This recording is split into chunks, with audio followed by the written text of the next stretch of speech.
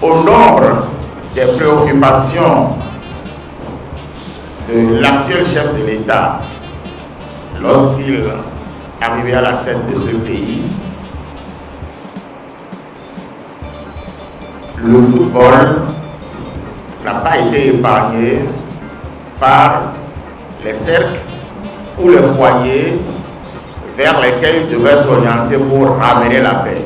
Le 23 décembre 2016, à la signature du protocole d'accord pour l'installation d'un comité exécutif consensuel transitoire, le président de la République Patrice Talon et son gouvernement réussissent à rassembler les trois camps en conflit, ce que le régime précédent et les instances fêtières n'ont pas pu faire durant 6 ans. Ce qui a divisé les dirigeants du football béninois a un peu duré. Mais nous avons réussi. Vous avez réussi à transcender tout cela, à vous asseoir autour d'une même table, certes avec notre implication, notre exhortation, mais vous avez réussi à enterrer la hache de guerre et à signer ce soir et ce depuis hier l'acte de renaissance de notre football. La chose la plus importante à rechercher, à trouver, c'est la volonté, l'organisation, le sérieux, la discipline.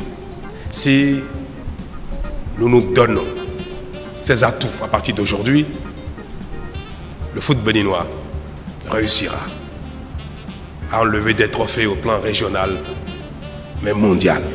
Pour que ce rêve du chef de l'État se concrétise, les 21 membres du comité consensuel doivent en 18 mois jeter les bases de la renaissance du sport roi sous la supervision du ministre des Sports, Oswald Omeki.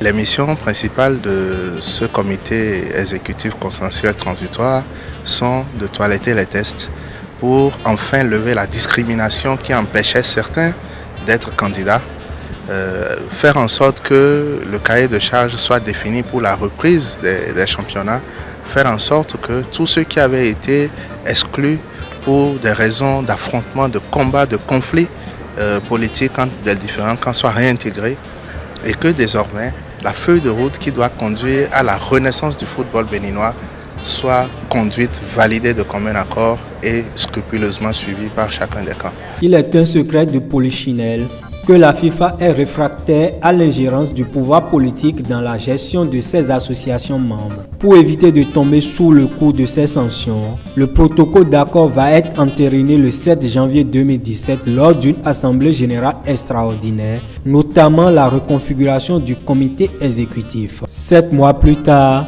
les clubs reprennent le chemin des stades, mais à la veille de la reprise du championnat, les 3 représentants de l'aile Atolo démissionnent du comité. Un coup d'éclat qui est loin d'entraver le processus de réunification de la famille du football béninois. Le toilettage des tests va intervenir le 19 avril 2018 avec l'adoption à l'unanimité des délégués des statuts révisés de la Fédération béninoise de football en sautant certaines dispositions objets des discordes.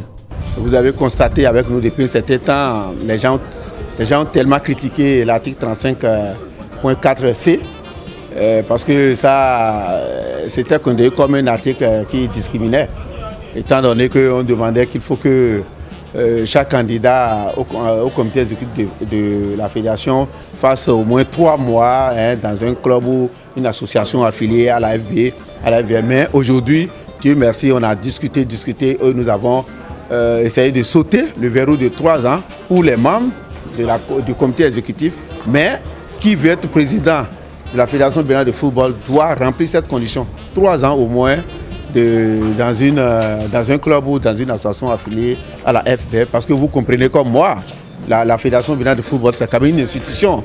Ne veut pas là qui vient et on ne peut pas mettre à sa tête quelqu'un qui nulle part, on ne l'a jamais vu dans le football, dans le pays, et du coup, il saute et en même temps il est président.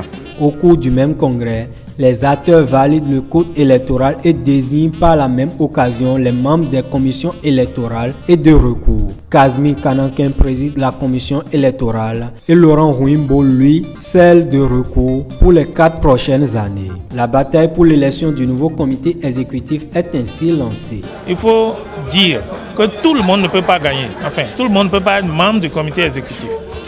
Il y aura forcément soit un clan, soit une liste consensuelle qui sera portée à la tête de la gestion du football béninois.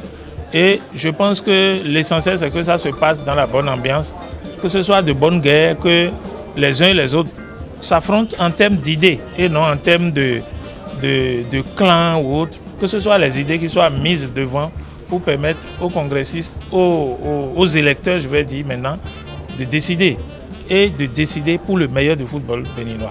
Ce n'est pas pour décider en faveur de Alpha ou de Beta, mais que finalement, que ce soit le football béninois qui sort gagnant. Je suis d'accord que personne ne fera cadeau à l'autre au niveau des élections si nous ne gérons pas bien la situation. Donc, au niveau des 2 congrès passés, il ne devrait pas y avoir guerre, et Dieu merci, on a su survoler tout ça. Mais j'accepte que maintenant pour les élections, il y ait des problèmes. Mais ces problèmes finiront le jour où la liste vainqueur sera désignée. C'est terminé. Le combat pour prendre les rênes du comité a eu lieu comme par le passé, mais sans uppercut. En effet, après les candidatures publiées, l'une des 2 listes annoncées aux élections, Nouvel Élan porté par Bruno Didavi, s'est retirée du jeu. Les membres de cette liste évoquent leur volonté d'aider le football béninois à atteindre ses objectifs mieux que par le passé. Le génie béninois a peut-être pesé lourd dans la prise de cette décision. S'il était possible de mettre tout le monde dans la direction du football, je l'aurais fait. Mais même si tous ici dans la salle, nous nous mettons dans le même comité, il y aura des gens en dehors de cette salle qui diront qu'ils n'ont pas eu leur place. Les frictions qu'il y a eu ne nous feront pas oublier que si nous en sommes là, beaucoup parmi vous ont accepté de se sacrifier. Je veux ici exprimer ma profonde reconnaissance à M. Anjouna Moucharaf, à M. Abdolou, qui n'est pas dans cette salle, et à Augustin Amouebla. La suite, vous le savez. À la fin des élections, Aboubakry Ba, ancien journaliste sportif de la chaîne cryptée Canal+, apprécie ce dénouement.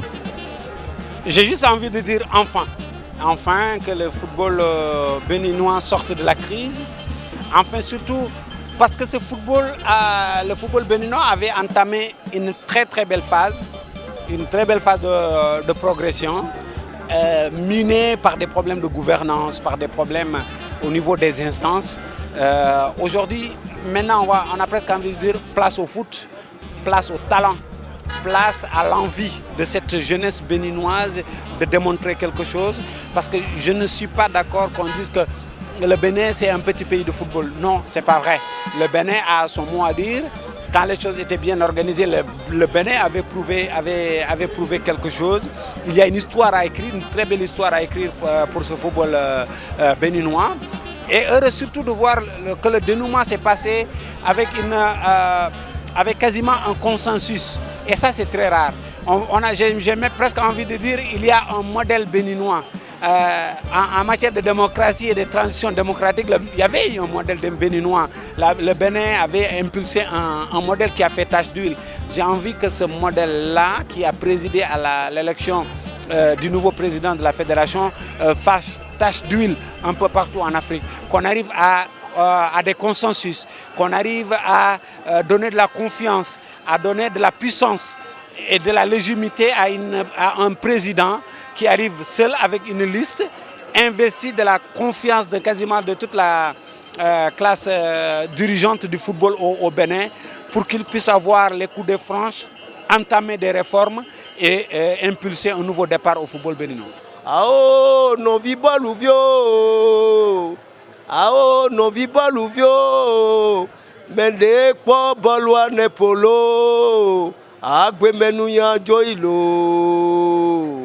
Ao no vibaluvio, ao no vibaluvio, ao no virekenvio, ao no vidragonvio, mende po bolwa nepolo. Agwe menu nya joilo, ekumunya mende tolo, ehuna huna fio blewe milaolo, jesumunya mende tolo, ehuna huna fio blewe milaolo.